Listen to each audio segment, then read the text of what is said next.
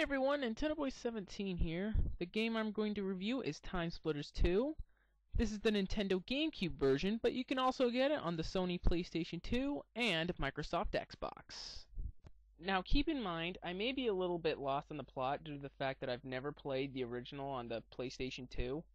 But in this game, the story has Sergeant Cortez traveling back in time and acting as other figures in certain timelines to find the missing time crystals hidden by the aliens known as, well, the TimeSplitters. As he goes in these timelines, he also has to complete other objectives such as infiltrate enemy bases, hunt down wanted criminals, rescue maidens from a madman, clear innocent people's names, and even fight a crazy amount of enemies like zombies, aliens, enemy soldiers, Old West outlaws, and even gangsters from the 1930s, with a throw in of futuristic gangsters in another timeline.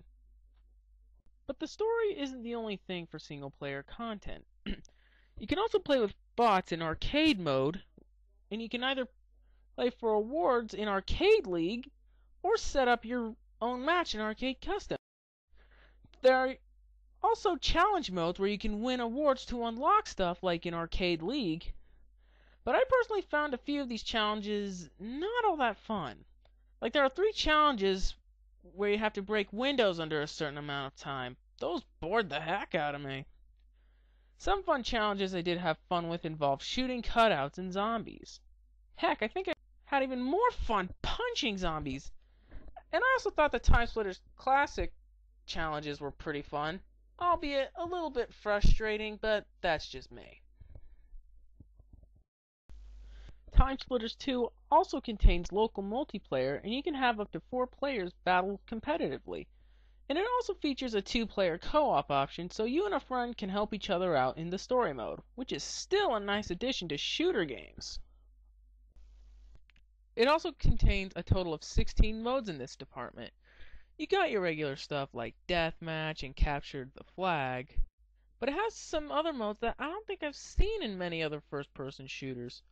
One of them is Assault. In this mode, your team has to complete objectives in order to win the game. As you see, I got owned a lot, and I did get frustrated a few times, but it's still a fairly decent mode. Another mode I'm going to mention is Gladiator, and this is probably my most favorite multiplayer and bot mode in the game. In this one, there is only one character that can get points for killing other players, and that is the Gladiator. You can identify them by their picture at the top of the gameplay screen and their bright aura around the character. It gets even crazier with every other player or bot battling each other while not scoring points to kill the Gladiator. The last feature I'm going to talk about is the Create a Map mode. And let me tell you, I'm a huge sucker for customization of stuff, so I had to check this out. For a game in 2002, it's not a bad custom mode. Like in Arcade Custom, you can customize your set of weapons for the map you are making by choosing what 5 weapons you want. You can even choose if you want your map to be single player, multiplayer, or both. I'm not good at making maps, but I still have fun goofing around with this option. One thing I do have to criticize about it is that there are only 4 tile sets you can select. I'm not sure if it's due to disk limitations, but you don't have enough to decide if you think your map looks right for what you're trying to build. You get a lot of weapons and music, but definitely not tile sets. Now I can tell you the game plays well, and while the graphics don't look like much for current generation standards, it actually looks good for 2002. The graphics are nice, colorful, well detailed, and it runs well with no trouble at all. And I know the Gamecube controller gets criticized a lot for not playing well on most genres, one of them being shooters, but from my experience, it actually plays them pretty well.